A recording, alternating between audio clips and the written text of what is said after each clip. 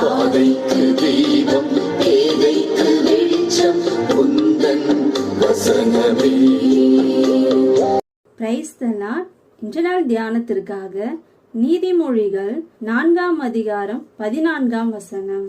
துன்மார்க்குடைய பாதையில் பிரவேசியாதே, தீயோருடைய வழியில் நடவாதே.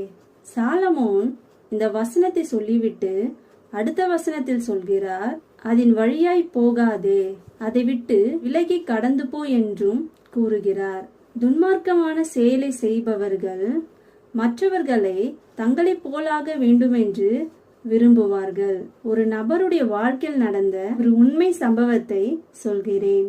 ஒருவன் சிறுவனாய் இருந்தபோது தான் இருந்த ஊரிலிருந்து சொந்த ஊருக்கு போனான். சொந்தக்காரருடைய பிள்ளைகள் நாம் விளையாட போகலாம் என்று ஒரு தென்னந்தோப்புக்கு கூட்டி சென்றனர்.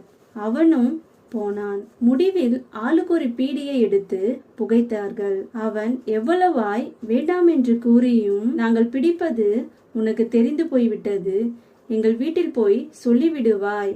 நீ பிடித்தால் எங்களை பற்றி சொல்ல முடியாது, சொன்னால் உன்னை பற்றி உங்கள் வீட்டில் சொல்லிவிடுவோம் என்று வற்புறுத்தி பயமுறுத்தி புகைப்பிடிக்க வைத்தார்கள். அந்த புகை அவனை பிடித்து கொண்டது. 14 வருடம் அதற்கு அடிமைப்பட்டு கிடந்தான். ஆண்டவராகிய இயேசு கிறிஸ்துவிடம் வந்தபொழுதுதான் அவனுக்கு விடுதலை கிடைத்தது. அவர்களுடைய பாதையில் சென்றது அவன் தவறு. நம்மையும் அப்படிப்பட்ட நிலையில் பல பாவங்களை செய்ய வைக்க பலர் முயலலாம்.